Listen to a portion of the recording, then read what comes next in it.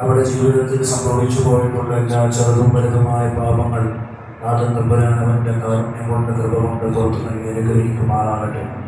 പ്രിയമുള്ള മുഅ്മിനീങ്ങളെ, സത്യവിശ്വാസികളെ, നമ്മൾ ചർച്ച ചെയ്തുകൊണ്ടിരിക്കുന്നത് മഹാനായ ഖലീലുല്ലാഹി ഇബ്രാഹിം നബി അലൈഹിസ്സലാത്തു വസ്സലാമയുടെ ജീവിതത്തെ പറ്റിയാണ്. അല്ലാഹു സുബ്ഹാനഹു വ തആല അവൻ്റെ ഖുർആനിലൂടെ അല്ലാഹു ഒരു കൂട്ടുകാരനെ തിരഞ്ഞെടുത്തു എന്ന് പറഞ്ഞുകൊണ്ട് അല്ലാഹു പറയപ്പെട്ട ഒരു പ്രവാചകനാണ് മഹാനായ ഇബ്രാഹിം നബി അലൈഹിസ്സലാത്തു വസ്സലാം. വത്തഖദല്ലാഹു ഇബ്രാഹിമ ഖലീല. അല്ലാഹു സുബ്ഹാനഹു വ തആല അവൻ്റെ കോടാനുകോടി വരുന്ന സത്യജാലങ്ങളിൽ നിന്നും അല്ലാഹുവിൻ്റെ കൂട്ടുകാരനായി അല്ലാഹു ഖലീലുല്ലാഹി ഇബ്രാഹിം നബി അലൈഹിസ്സലാത്തു വസ്സലാമെ തിരഞ്ഞെടുത്തു. എന്തുകൊണ്ടാണ് ഖലീലുല്ലാഹി ഇബ്രാഹിം നബിയെ അല്ലാഹു കൂട്ടുകാരനായി തിരഞ്ഞെടുത്തത്? നമ്മളൊരു സംഭവം പറഞ്ഞുകൊണ്ടിരിക്കുകയായിരുന്നു. മാലാഖമാരോട് അല്ലാഹു സുബ്ഹാനഹു വ തആല ജിബ്രീൽ അലൈഹിസ്സലാത്തു വസ്സലാം അടങ്ങുന്ന മലക്കുകളോട് അല്ലാഹു പറയുന്നു, എൻ്റെ ഇഷ്ടപ്പെട്ട ദാസനായ ഇബ്രാഹിം നബി അലൈഹിസ്സലാത്തു വസ്സലാമെ എൻ്റെ കൂട്ടുകാരനായി ഞാൻ തിരഞ്ഞെടുത്തു. ഉടനെ മാലാഖമാര് ചോദിച്ചു, എന്തുകൊണ്ടാണ് നീ ഇബ്രാഹിം നബിയെ കൂട്ടുകാരനായി തിരഞ്ഞെടുത്തത്? അദ്ദേഹത്തിൻ്റെ ജീവിതത്തിൽ അദ്ദേഹത്തിൻ്റെ കുടുംബവുമായി അദ്ദേഹത്തിൻ്റെ സമ്പത്തുമായി എല്ലാം ഇടകലർന്ന് ജീവിക്കുമ്പോൾ, അവരുമായിട്ടുള്ള ഇടപാടുകളിൽ അദ്ദേഹം ഒഴുകി കഴിയുമ്പോൾ എന്തർത്ഥത്തിലാണ് റബ്ബേ നീ അദ്ദേഹത്തെ ഇബ്രാഹിം നബി അലൈഹിസ്സലാത്തു വസ്സലാമെ കൂട്ടുകാരനായി തിരഞ്ഞെടുത്തത് എന്ന് മാലാഖമാര് ചോദിച്ചപ്പോൾ അല്ലാഹു പറഞ്ഞു, ഞാൻ എൻ്റെ അടിമയുടെ രൂപത്തിലേക്കോ ഭാവത്തിലേക്കോ അവന്റെ ബാഹ്യമായിട്ടുള്ള പ്രത്യക്ഷമായിട്ടുള്ള ഒരു കാര്യത്തിലേക്കും ഞാൻ നോക്കുകയില്ല. ഞാൻ നോക്കുന്നത് അവന്റെ ഹൃദയത്തിലേക്കാണ്. മഹാനായ ഖലീലുല്ലാഹി ഇബ്രാഹിം നബിയുടെ ഹൃദയം എന്ന് പറയുന്നത് സദാസമയം എന്റെ ചിന്തയിലായി കഴിയുന്ന ഒരു വ്യക്തിയാണ്. അതുകൊണ്ടാണ് ഞാൻ ഇബ്രാഹിം നബി അലൈഹിസ്സലാത്തു വസ്സലാമെ എൻ്റെ കൂട്ടുകാരനായി ഞാൻ തിരഞ്ഞെടുത്തത്. മാത്രമല്ല അല്ലാഹു മാലാഖമാരോട് പറഞ്ഞു, നിങ്ങൾക്ക് സംശയമുണ്ട് എങ്കിൽ ആ ഇബ്രാഹിം നബിയുടെ ഹൃദയം മുഴുവൻ എന്റെ ചിന്തയാണ്, എന്റെ സ്മരണയിലാണ് അദ്ദേഹം ജീവിക്കുന്നത് എന്ന് നിങ്ങൾക്ക് വിശ്വാസമില്ല എങ്കിൽ നിങ്ങൾക്ക് വേണമെങ്കിൽ ഇബ്രാഹിം നബി അലൈഹിസ്സലാത്തു വസ്സലാമെ പോയി പരിശോധിക്കാം, പരീക്ഷിക്കാമെന്ന് അല്ലാഹു മാലാഖമാരോട് അനുവാദം കൊടുത്തു. അങ്ങനെ മുഖറബുൽ അംലാഖ് മലക്ക് ജിബ്രീൽ അലൈഹിസ്സലാത്തു വസ്സലാം ഇബ്രാഹിം നബി അലൈഹിസ്സലാത്തു വസ്സലാമിന്റെ അടുക്കലേക്ക് വേഷം മാറി കടന്നു വരികയാണ്.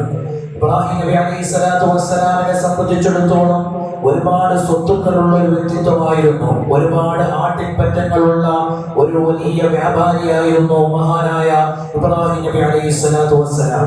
ആ ഇബ്രാഹിം നബിക്ക് തന്റെ ആടുകളെ സംരക്ഷിക്കുന്നതിന് വേണ്ടി, തന്റെ കൃഷിയിടങ്ങൾ സംരക്ഷിക്കുന്നതിന് വേണ്ടി 12 നായകളെ മഹാനായ ഖലീലുല്ലാഹി ഇബ്രാഹിം നബി ഉണർത്തിയിരുന്നു.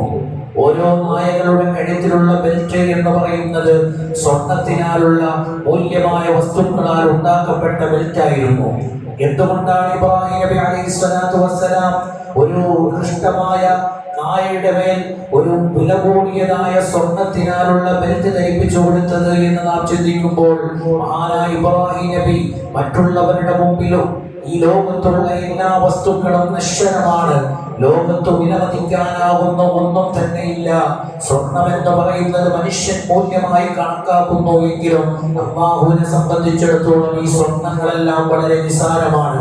ദുനിയാവിനെ സംബന്ധിച്ചിടത്തോളം ദുനിയാവിന്റെ എല്ലാ വസ്തുവകകളും നിസാരമാണെന്ന് അറിയിക്കുന്നതിന് വേണ്ടി മഹാനായ ഖലീലുല്ലാഹി ഇബ്രാഹിം നബി തന്റെ ആടുകളെ സംരക്ഷിക്കുന്നതായ നായക്കൂട്ടങ്ങൾക്ക് അതിന്റെ കഴുത്തിൽ സ്വർണത്തിനാലുള്ള മൂല്യമുള്ളതായ ബെൽറ്റുകളെ ധരിപ്പിച്ചുകൊണ്ട് മറ്റുള്ളവർക്ക് പാഠം നൽകുന്നു.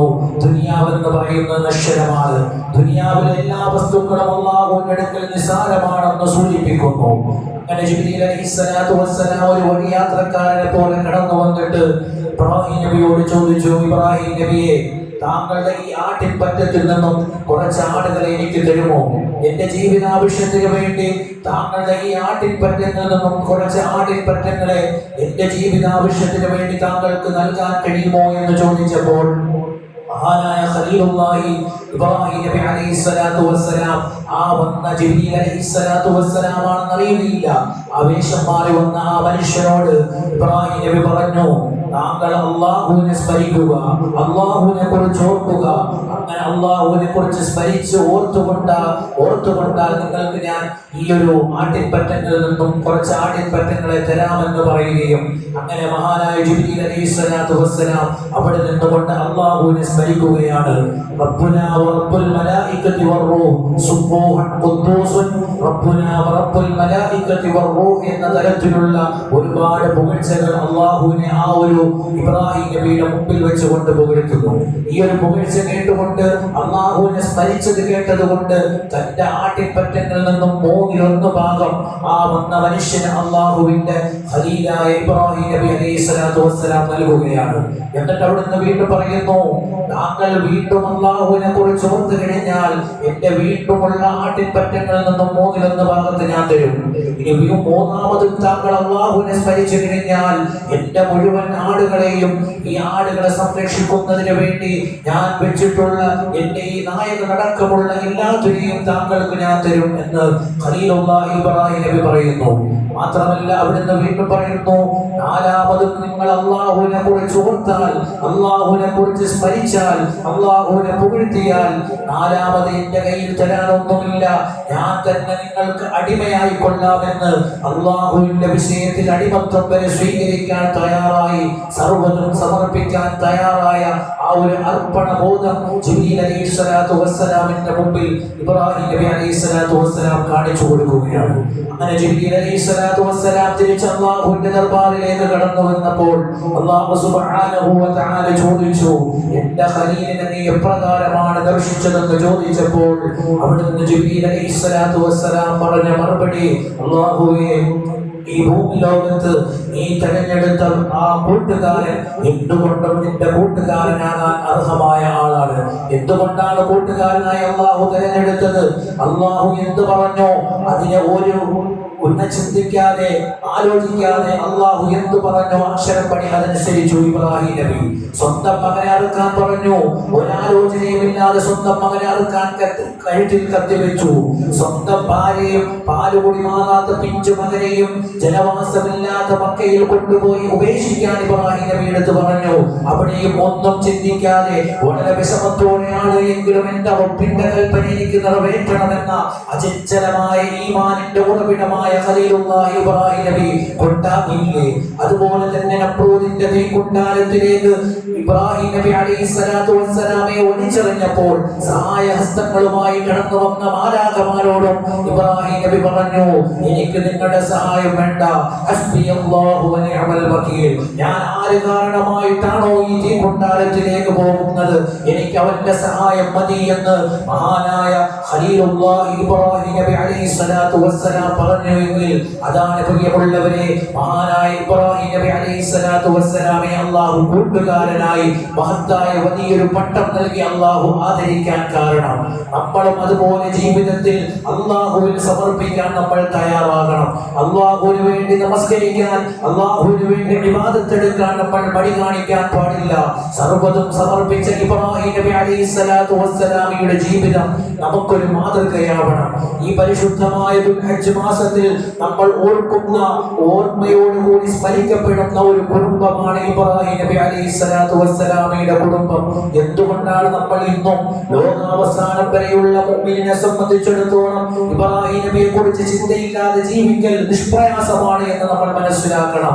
എത്രത്തോളം എന്ന് പറഞ്ഞാൽ നമ്മൾ നമസ്കരിക്കുന്ന 5 വഖ്ത് നമസ്കാരങ്ങളടക്കമുള്ള ഓരോ നമസ്കാരങ്ങളിലും നമ്മൾ ചൊല്ലാറുണ്ട്, കമാ സ്വല്ലൈത അലാ ഇബ്രാഹിം വഅലാ ആലി ഇബ്രാഹിം വബാരിക് അലാ സയ്യിദിനാ മുഹമ്മദിൻ وعلى آل سيدنا محمد كما باركت على إبراهيم وعلى آل إبراهيم. നമ്മൾ ഏത് നമസ്കാരം എടുത്താലും നമ്മൾ ചെല്ലുന്ന ഒരു സലാത്താണ് ഇബ്രാഹിമിയ സലാത്ത്. എന്തുകൊണ്ടാണ്? സർവ്വതും അല്ലാഹുവിന് സമർപ്പിച്ചപ്പോൾ ലോകാവസാനം വരുന്ന ജനങ്ങൾക്കും അല്ലാഹു ഇബ്രാഹിം നബിയെ ഓർക്കാനുള്ള വക ആ ഇബ്രാഹിം നബിയുടെ ജീവിതത്തിൽ അല്ലാഹു ഉണ്ടാക്കി കൊടുത്തു എന്നതാണ്.